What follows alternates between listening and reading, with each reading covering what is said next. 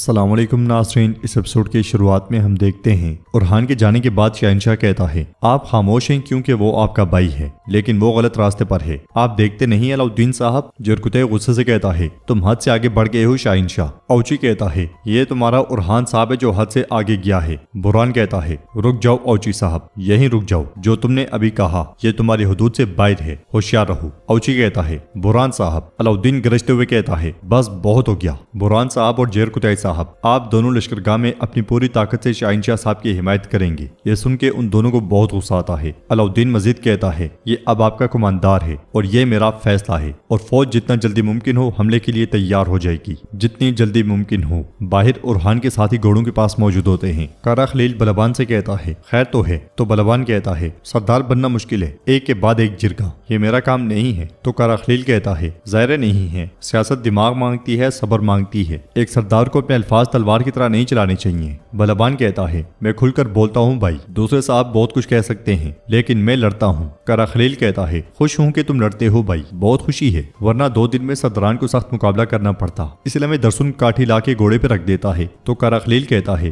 کہتے ہیں کہ تم گھوڑوں کے ماہر ہو۔ تو درسن کہتا ہے ایسا ہی ہے، در حقیقت میں سن سکتا ہوں کہ یہ کیا کہنا چاہتے ہیں۔ کارا خلیل کہتا ہے بلبان کو بھی اس کے بارے میں مت سکھاؤ ورنہ پاگل آدمی گھوڑے بھی خراب کر دے گا۔ اس لیے میں ارحان وہاں پہنچتا ہے اور کہتا ہے یہ دوبارہ ہمارا کام ہے سپاہیوں، جرگہ بورسا کی فکر کرے لیکن میری فکر عثمان صاحب اور فاطمہ بہن ہے، کیا تم ایک بار پھر لڑائی کے لیے میرے ساتھ شامل ہوگے؟ تو سپاہی کہتے ہیں آخر تک حضور، آخر تک۔ ارحان کہتا ہے بہت شکریہ، ہمارا راستہ لمبا ہے اور لڑائی قریب ہے۔ اس کے ساتھ ہی وہ سب گھوڑوں پر سوار ہو جاتے ہیں اور قبیلہ چھوڑ دیتے ہیں۔ ادھر ہم دیکھتے ہیں کہ صبح کے وقت فاطمہ ایک ندی سے پانی بھر رہی ہے۔ فلاویوس بیس بدلے چھپ کے اسے دیکھ رہا ہوتا ہے، اس لیے میں خاتون آ کر پوچھتی ہے کیا کوئی حکم ہے فاطمہ خاتون؟ تو فاطمہ کہتی ہے گھوڑوں کو پانی پلانے کے بعد انہیں تھوڑا آرام کرنے دو۔ یہ سنتے ساتھ ہی وہ خاتون چلی جاتی ہے۔ فاطمہ ہاتھ صاف کر ہی رہی ہوتی ہے کہ فلاویوس اس کے بالکل سر پہ آ کھڑا ہوتا ہے اور کہتا ہے تمہارے خوبصورت ہاتھوں کو کیا ہوا ہے؟ یہ سنتے ساتھ ہی فاطمہ ایک دم سے خنجر نکالتی ہے اور اس کے گلے پر تان لیتی ہے، پھر کہتی ہے تمہیں ان ہاتھوں سے تھپڑ بھی پڑ سکتا ہے، بتاؤ تم کون ہو؟ تو فلاویوس کہتا ہے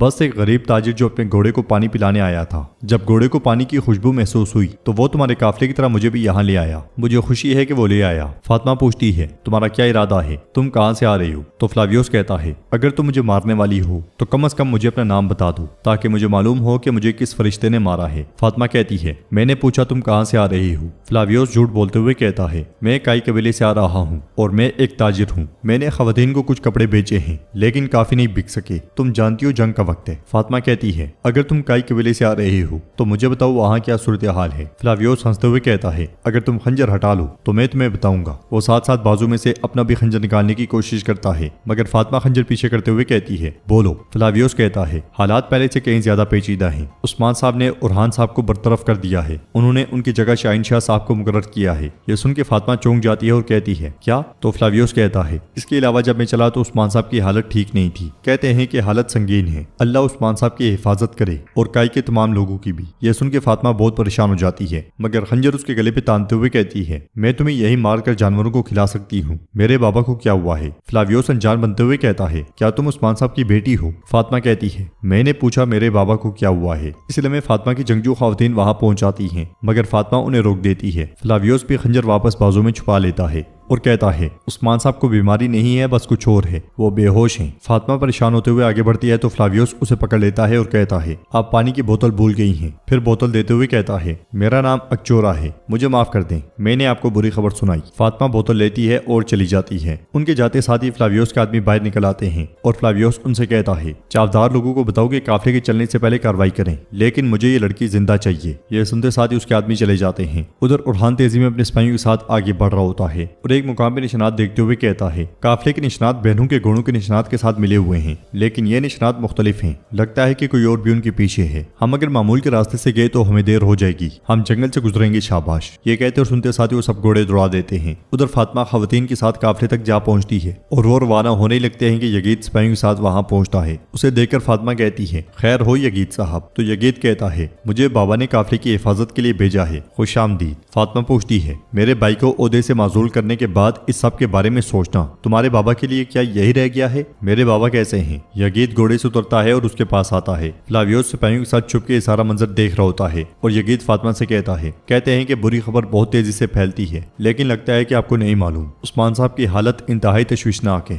فلاویوس اپنے ساتھیوں سے کہتا ہے میدان سب سے پہلے چاودار کا ہے اور پھر ہمارا ہے۔ پاس ہی میں یگید فاطمہ سے کہتا ہے عثمان صاحب کتنے ہی مشکل لمحات سے گزرے، آپ پریشان نہ ہوں، وہ اس مصیبت کو بھی شکست دیں گے انشاءاللہ۔ فاطمہ کہتی ہے یقیناً اللہ کے حکم سے شکست دیں گے، میرے بابا مضبوط ہیں۔ اس لمحے چاودار کے سپاہی جاڑیوں سے نکلتے ہیں اور ان پر تیر برسا دیتے ہیں۔ سپاہیوں کو تیر لگتا ہوا دیکھ کر فاطمہ چلاتے ہوئے کہتی ہے حملہ ہوا ہے، اپنی جگہ سنبھالو۔ وہ سب ایک دم سے حصار بنا لیتے ہیں، مگر بہت سے سپاہی تیروں کی زد میں آ جاتے ہیں۔ تیر گولی کی رفتار سے چلتے ہیں اور شدید تیر اندازی کے بعد وہ تلواریں لے کے ان پہ چڑھ دوڑتے ہیں۔ فاطمہ، یگید اور سپاہی بھی دفاع میں لگ جاتے ہیں اور بھرپور مقابلے کی کوشش کرتے ہیں، مگر چاودار کے سپاہی تعداد میں کافی زیادہ ہوتے ہیں اور فاطمہ کے سپاہی مسلسل شہید ہوتے ہی چلے جاتے ہیں۔ یگید بڑی بہادری سے لڑتا ہے اور ایک ساتھ کئیوں کو پچھاڑ دیتا ہے، مگر جیسے ہی پلٹتا ہے ان میں سے ایک تلوار یگید کے پیٹ میں گھسا دیتا ہے۔ زخمی ہونے کے باوجود یگید خود کو سنبھالتا ہے اور ان دونوں کو موت کے گھاٹ اتار دیتا ہے، پھر اٹھتا ہے مگر گر جاتا ہے۔ یگید کو زخمی دیکھ کر فاطمہ سامنے موجود کافروں کو جہنم واصل کرتی ہے اور یگید کی جانب بڑھتی ہے، پھر اسے سہارا دیتے ہوئے کہتی ہے ہم پیچھے ہٹ رہے ہیں۔ یہ کہتے ساتھ ہی وہ اسے سپاہیوں کے حوالے کر دیتی ہے۔ انہیں پیچھے ہٹتے ہوئے دیکھ کر فلاویوس کہتا ہے یہ چاودار جنگجو اچھے نکلے، میرے اندازے سے بھی کم وقت لگا، اب یہ باقی رہ جانے والوں کو دیکھیں، ہم جا کر قافلہ لے جاتے ہیں۔ یہ کہتے ساتھ ہی فلاویوس آگے بڑھ جاتا ہے۔ قبیلے میں حلیمہ بہت پریشان ہوتی ہے۔ درسن گھوڑا اس کے پاس لے کر آتا ہے اور گھوڑی سے کہتا ہے میری بیٹی اپنی مالکن کو سلام کہو۔ گھوڑا جھکتا ہے۔ حلیمہ پریشانی ہوتی ہے تو درسن کہتا ہے نہیں بیٹی، ہم سردار زادی کو ہنسا نہیں پائی۔ اسی لمحے ایکوت ان کے پاس آتا ہے اور حلیمہ سے کہتا ہے میں نے ایسا بہادر اور قابل آدمی پہلے کبھی نہیں دیکھا، اگر سردار منظور کریں تو میں اس بہادر کو اپنے پاس دیکھنا چاہتا ہوں۔ تو حلیمہ کہتی ہے ذرا بابا سے احتیاط ہو جائیں تو میں ان سے بات کروں گی۔ یہ سنتے ساتھ ہی ایکوت چلا جاتا ہے اور حلیمہ درسن سے کہتی ہے میں نے اپنی ماں اور بابا کے گھوڑوں کے ساتھ بندھن کو دیکھا، ان کے اور گھوڑوں کے درمیان ایسا تعلق تھا کہ وہ ایک نظر سے سمجھ جاتے اور ایک سانس سے پرسکون ہو جاتے۔ میرے پاس ابھی تک ایسا گھوڑا نہیں ہے۔ درسن کہتا ہے شاید آپ کو ابھی تک آپ کو سمجھنے والا شخص بھی نہیں ملا ہے۔ گھوڑے انسانوں جیسے ہوتے ہیں، وہ صرف اپنے جیسا دل رکھنے والوں کو اپنا ساتھی بناتے ہیں۔ عثمان صاحب کا گھوڑا ایک دم سے اچھل پڑتا ہے۔ حلیمہ اس کی جانب بڑھتی ہے تو درسن کہتا ہے عثمان صاحب کا گھوڑا ان دنوں پریشان ہے، یہ بھی یقینی طور پہ اپنے مالک کو محسوس کرتا ہے۔ حلیمہ کہتی ہے میں ہمیشہ میرے بابا کا دل پہاڑوں کی طرح غیر متزلزل سمجھتی تھی۔ حلیمہ کے جانے کے بعد درسن اپنے سپاہی کے پاس جاتا ہے اور سپاہی کہتا ہے کارسی صاحب نے لشکر جمع کرنا شروع کر دیا ہے، وہ کائی قبیلے کے خلاف اعلان جنگ کرنے کا ارادہ رکھتے ہیں۔ تو درسن کہتا ہے لگتا ہے میرے بابا اور بھائی نے ذہن بنا لیا ہے، یہاں چیزیں پیچیدہ ہیں۔ عثمان صاحب بستر مرگ پر ہیں، علاؤالدین نشست پر براجمان ہیں اور خان کے پاس کوئی ذمہ داری نہیں ہے۔ کائی قبیلہ ابھر رہا ہے، ان کا ایک دوسرے کے ساتھ گتھم گتا ہونا بہت قریب ہے۔ وقت آ رہا ہے عیسیٰ، وقت آ رہا ہے، اب شاباش کسی کی نظروں میں آئے بغیر یہاں سے جاؤ۔ یہ سنتے ساتھ ہی عیسیٰ چلا جاتا ہے۔ جنگل میں ارحان اپنے سپاہیوں کے ساتھ مسلسل آگے بڑھ رہا ہے کہ ایک طرف سے شور کی آواز سن کے گھوڑے موڑتے ہوئے کہتا ہے اس طرف۔ ادھر فاطمہ اور یگید سپاہیوں اور خواتین کے ساتھ مسلسل بھاگ رہے ہیں۔ چاودار کے سپاہی ان کے پیچھے پیچھے ہوتے ہیں اور پیچھے ان کی لاشیں بھی گراتے جاتے ہیں۔ خواتین اور سپاہی مسلسل کٹتے مرتے چلے جاتے ہیں اور فاطمہ یگید کے ساتھ آگے بڑھتی جاتی ہے۔ ادھر قبیلے میں ملون خاتون نیلوفر کے ساتھ عثمان صاحب کے پاس موجود ہوتی ہیں اور کہتی ہیں جو میں نے سنا ہے وہ پھوٹ کے آثار ہیں، اگر ایسے ہی جاری رہا تو عثمان کو اس حالت تک پہنچانے والوں کو وہ مل جائے گا جو وہ چاہتے ہیں۔ نیلوفر کہتی ہے ارحان اس کھیل کو بگاڑے گا، میں جانتی ہوں، وہ غدار طبیب مر گیا ہے لیکن رسی کا سرا ہمارے ہاتھ میں ہے۔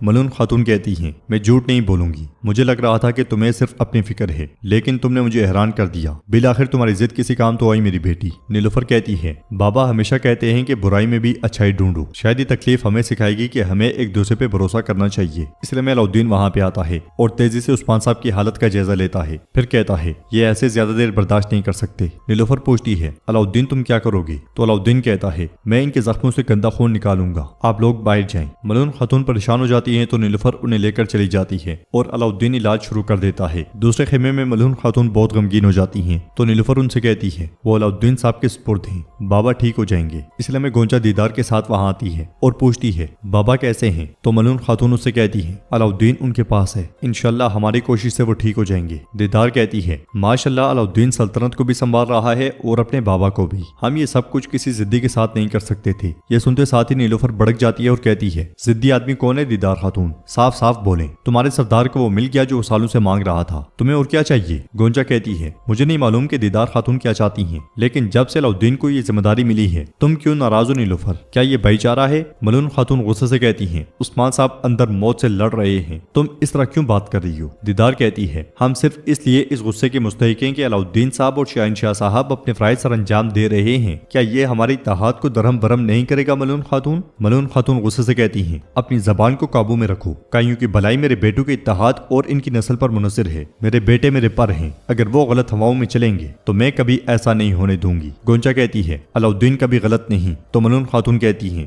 بس گونجا بس، بہت ہو گیا۔ تو ناظرین اس کے ساتھ یہ ایپیسوڈ بھی اختتام پذیر ہوتی ہے۔ ویڈیو پسند آئے تو لائک کر دیں، شیئر کر دیں، سبسکرائب نہیں کیا ہوا تو سبسکرائب کرنے کے ساتھ ساتھ گھنٹی والے آئیکن کو دبانا مت بھولیں۔ ملتے ہیں انشاءاللہ نیکسٹ ویڈیو میں، تب تک کے لیے رکھیں اپنا اور اپنوں کا بہت زیادہ خیال۔ اللہ نگہبان۔